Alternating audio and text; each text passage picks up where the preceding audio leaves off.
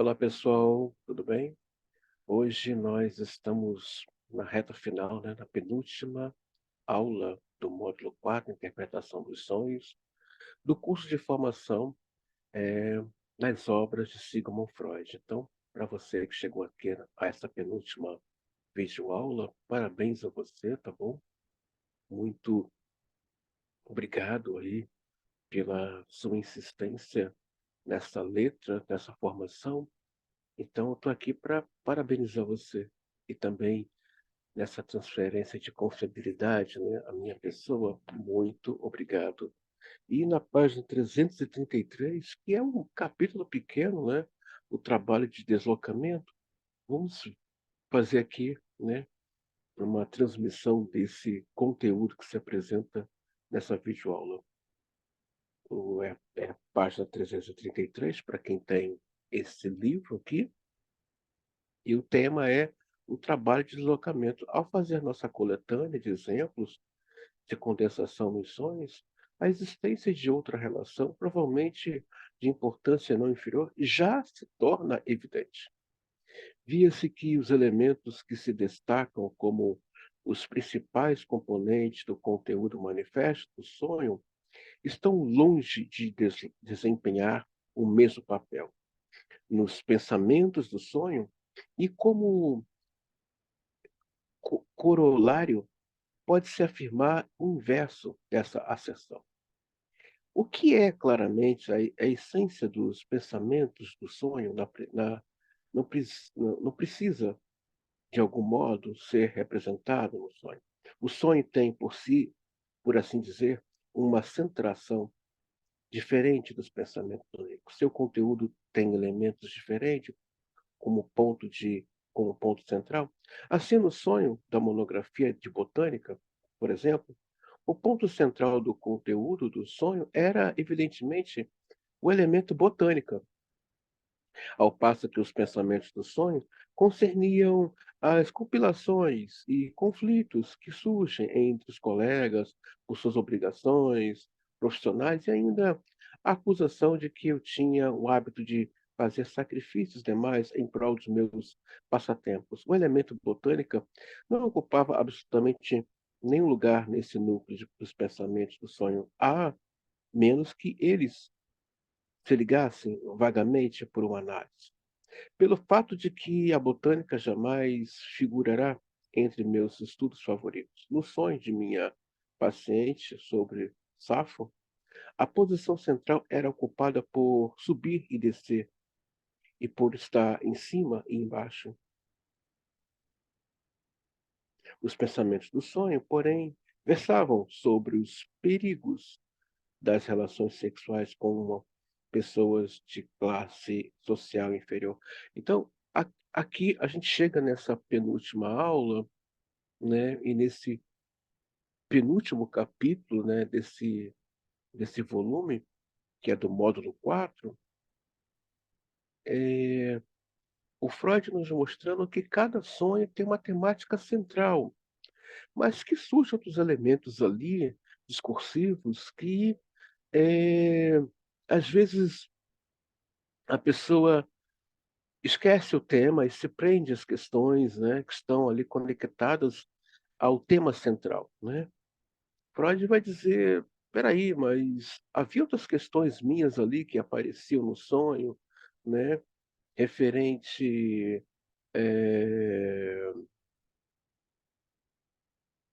à botânica, monografia, né? Então, assim como também de uma paciente sua, que o tema central era subir e descer, né? Então, havia também outros elementos de discursivos em volta do tema central.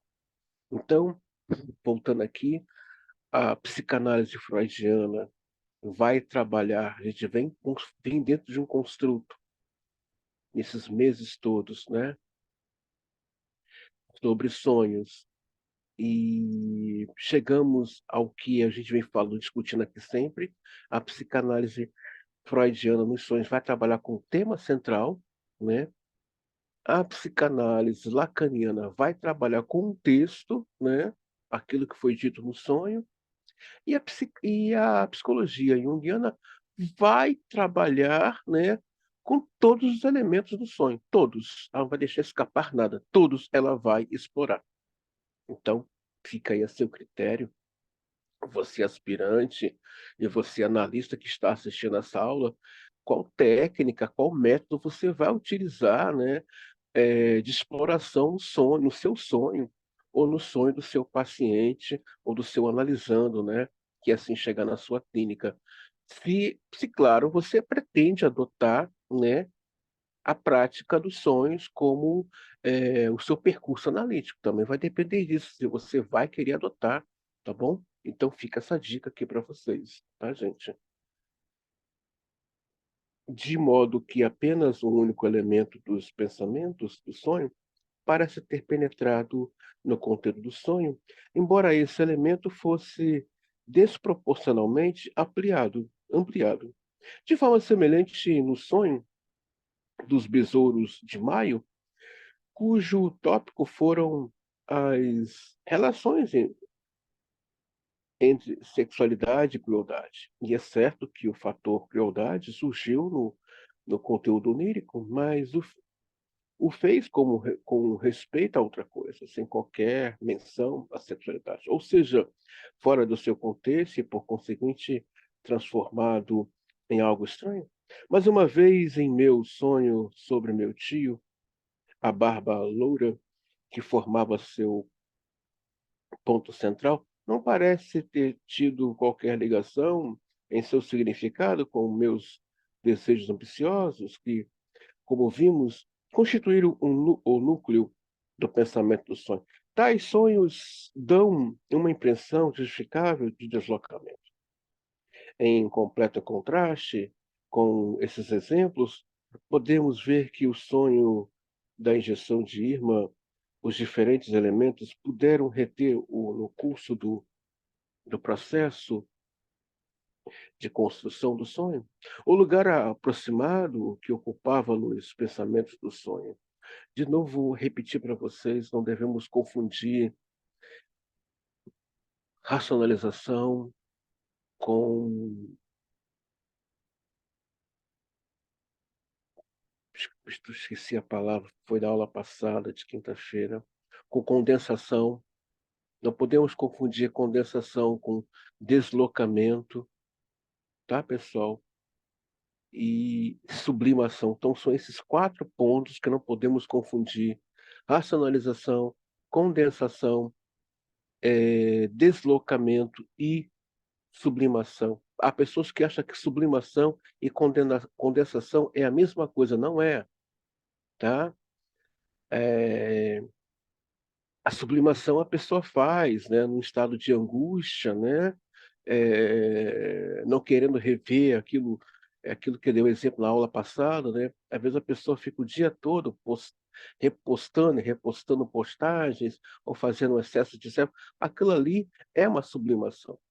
A condensação é, na verdade, um elemento em que a pessoa não está dizendo, né, ou seja no estado de sonho ou no estado de vigília, qual é a palavra realmente que ela está querendo dizer, né? Deslocamento, né? É aquilo que a pessoa muitas vezes faz na transferência, né? Aquilo que era para alguém, ela joga para outro, né? A outra pessoa que tem nada a ver com um problema real. E a racionalização, a pessoa é um mecanismo de defesa que está ali racionalizando. Então, é preciso entender bem esses quatro conceitos, né? Racionalização, condensação, sublimação e essa questão aqui que nós estamos trazendo, que é o deslocamento. Não podemos confundir essas coisas. Eu vejo aí colegas confundindo, achando que sublimação é a mesma coisa que condensação. Não é, não é. Temos que tomar cuidado, muito cuidado sobre isso. É muito mesmo. Isso é muito perigoso, né, gente? Essa relação adicional entre os pensamentos do sonho e o conteúdo do sonho, inteiramente variável, como é o seu sentido ou direção, destina-se, a princípio, a causar espanto.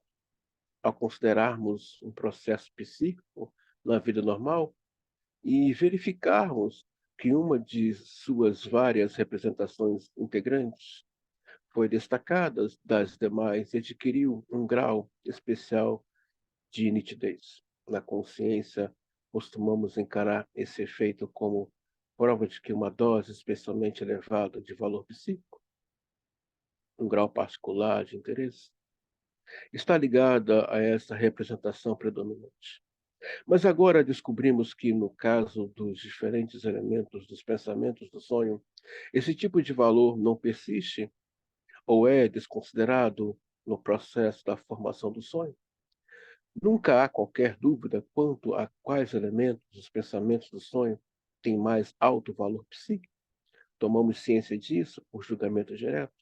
No curso da formação de um sonho, esses elementos essenciais carregados como estão em um intenso interesse pode ser tratado como que tivesse um valor reduzido a seu lugar, pode ser tomado no sonho por outros elementos, sobre cujo pequeno valor dos pensamentos do sonho não há nenhuma dúvida. À primeira vista, é como se nenhuma atenção fosse dispensada à intensidade psíquica das várias representações, ao se proceder à escolha entre elas para o sonho, e como se a única coisa considerada fosse o maior ou menor grau, multiplicidade de sua determinação. O que aparece nos sonhos, poderíamos supor, não é o que é importante nos pensamentos do sonho, mas o que eles ocorrem repetidas vezes. Ou seja, é preciso que esse analista que vá trabalhar com a clínica dos sonhos faça a seguinte pergunta: como foi construído esse sonho desse meu paciente, desse meu analisando, ou meu próprio sonho, como ele foi construído? É preciso ter isso em mente, como foi elaborado esse sonho. É preciso ter a noção daquilo que influencia essa mente na hora que ele vai dormir, né? Dos elementos, como já foi dito aqui, né? Da ordem do, do desejo, daquilo que foi recalcado, daquilo que é varejo. Já dei o exemplo de varejo, eu estar numa cafeteria conversando com alguém e olhar para uma xícara de café e aquela xícara de café que eu não dei atenção reapareceu no sonho, né? A questão aqui de um texto solto, né? Um pensamento que eu comecei e não dei conta e ele vai reaparecer, aquele texto, aquele sonho sem sentido. E por último, né? É o que o Freud fala nesse próprio volume, os sonhos da mente inconsciente. Quando fala da mente inconsciente, está falando de transgeracionalidade. Então, é preciso entender esses 5 elementos aí é, que faz parte de um construto desse sonho. Esse sonho aí é algo que foi recalcado que ele não deu conta, é um desejo, né? É algo da ordem de um varejo, é preciso, né? Nossa, André, é tanta coisa para ter que guardar, não, é tanta coisa para você vivenciar. Psicanálise é uma vivência, gente. Ela é uma vivência. E quando você compreende isso, as coisas ficam muito mais fáceis para se entender.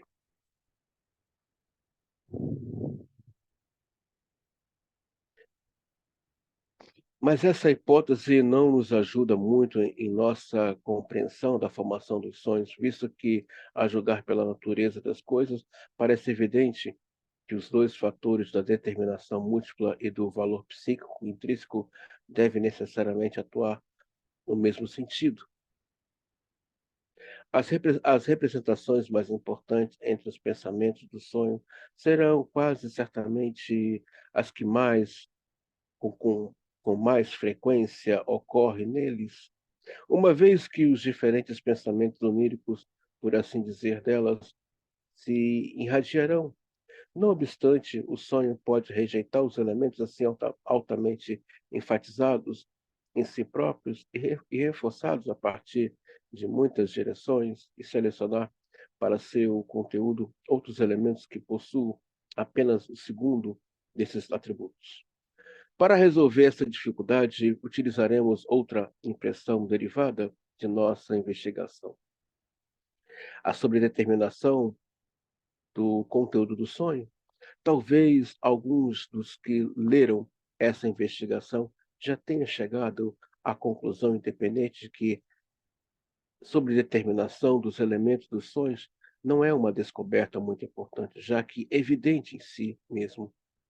E por isso, porque a análise partimos dos elementos dos sonhos e adotamos todas as associações que eles defluem, de modo que nada há de surpreendente no fato de que o material ideativo assim obtido, deparamos com esses mesmos elementos com peculiar frequência. É aquilo que eu acabei de falar. O que que, o que que está por trás dessa construção do sonho, né? Como o Freud vai dizer, a mente precisa de um elemento externo para relaxar, para o sujeito dormir. Por exemplo, no meu caso, se eu ouvir um barulho de ventilador no quarto ou ar-condicionado, eu apago. Agora, se estiver, olha que coisa estranha, né? Um barulho de música fora de casa, em outro lugar, tipo na rua ou no vizinho, eu não consigo dormir, me dá insônia. Ou qualquer ruído, alguém andando pela casa, me dá insônia. Ou um flash de luz, né, aceso no corredor, eu perco o sono. Agora, ligou o ventilador ou ar-condicionado, pum, apago. Independente do tempo, eu apago. Então, tudo isso é importantíssimo que esse analista tenha em mãos essa compreensão como foi construído esse sonho. Qual é o tema central? Tô falando, quando falar tema central, é na clínica do Freud, tá, gente? Freud trabalha com o tema central, ele deixa claro isso aqui para quem assistiu às demais videoaulas, ele trabalha com o tema central. Então, fica essa dica aqui para vocês que estão aqui, né, nessa formação maravilhosa. Fica essa dica para vocês, tá bom? Não posso aceitar essa objeção, mas eu próprio expressei em palavras algo que não sou muito diferente dela. Entre ideias que a análise traz à luz, há muitas que estão relativamente afastadas do núcleo do sonho, que parecem interpolações artificiais feitas por algum fim específico. Tal objetivo é fácil de adivinhar. São precisamente elas que constituem uma ligação quase sempre forçada, exagerada, entre o conteúdo do sonho e os pensamentos do sonho. E se esses elementos fossem eliminados da análise, o resultado seria, muitas vezes, que as partes integrantes do conteúdo do sonho ficariam não apenas sem sobredeterminação, mas também sem qualquer determinação satisfatória. Seremos levados a concluir que a determinação múltipla que decide o que será incluído no sonho nem sempre é o fator primordial na construção do sonho, mas é frequente o produto secundário de uma força psíquica que ainda nos é desconhecida. Quando Freud fala de uma força psíquica que nos é desconhecida, ele está falando do inconsciente. Da onde veio essa temática aqui, né? Tipo um sonho transgeracional. Você não pediu, você não desejou, ele aparece ali. Freud vai nomear, né? É uma força estranha, psíquica, é o estranho, é essa voz que eu não sei de onde vem. Ele está falando do inconsciente, tá? Tá bom, pessoal? Não obstante, a determinação, não obstante, a determinação múltipla deve ser importante na escolha dos elementos específicos que entrarão no sonho, pois é patente que um considerável dispêndio de esforço é empregado para produzi-la nos casos em que ela não provém sem asílio do material do sonho. Portanto, parece plausível supor que, no trabalho do sonho, esta em ação uma força psíquica que, por um lado, despoja os elementos com alto valor psíquico de sua intensidade, e, por outro, por meio de sobredeterminação, cria, a partir de elementos de baixo valor psíquico, novos valores que depois penetram no conteúdo do sonho. Assim sendo, ocorre uma transferência de deslocamento de intensidades psíquicas no processo de formação do sonho, e é como resultado desses que se verifica a diferença entre o texto do conteúdo do sono e os pensamentos do sonho. O processo que estamos aqui presumindo é nada menos do que a parcela essencial do trabalho do sonho, merecendo ser descrito como deslocamento do sonho. Então, Freud está falando aqui que o próprio sonho trabalha. Ele escolhe o texto, ele desloca um conteúdo que muitas vezes você já tenha esquecido, mas ele retorna. Nossa, isso aqui eu vivi na minha infância, então pode acontecer isso. Ou seja, é o próprio sonho ali atuando e trabalhando, trazendo algo para nós. Ah, mas André, tu já falou na aula e já mostrou em texto que o sonho, sim, é a realização de um desejo que está recalcado. Não é você ou eu que escolhemos os nossos sonhos, não é. É essa força que o Freud fala, que eu não sei de onde vem, que escolhe o que vamos sonhar. Não somos nós que escolhemos o conteúdo. E quem realiza o desejo ali não somos nós, são as forças pulsionais. Vamos deixar isso aqui bem claro, tá, pessoal? Bem claro mesmo. São as forças pulsionais que estão ali realizando esse desejo, tá? O deslocamento do sonho e a condensação do sonho são os dois fatores dominantes em cuja atividade podemos, em essência, atribuir a forma assumida pelos sonhos. Não penso tampouco que teremos qualquer dificuldade em reconhecer a força psíquica que se manifesta nos fatos do deslocamento do sonho. A consequência do deslocamento é que o conteúdo do sonho não mais se assemelha ao núcleo dos pensamentos do sonho, e que esse não apresenta mais do que uma distorção do desejo, do sonho que existe no inconsciente. Ou seja, cara, eu sonhei que minha tia morria. Eu estou desejando que ela morra? Não, Freud está aqui respondendo. Olha aqui, olha aqui.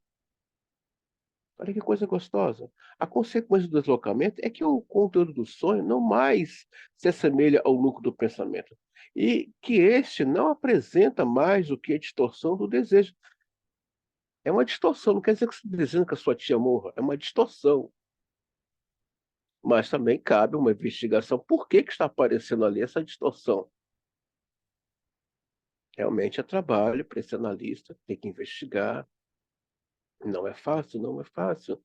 Mas psicanálise nada é fácil nela. Eu não entendo por que há pessoas que dizem que psicanálise é uma coisa fácil. Não é. Nem a formação é fácil, nem atender é fácil, nem sustentar esse lugar de analista é fácil, nem ser paciente, sustentar a sua transferência é fácil. Não, não é fácil.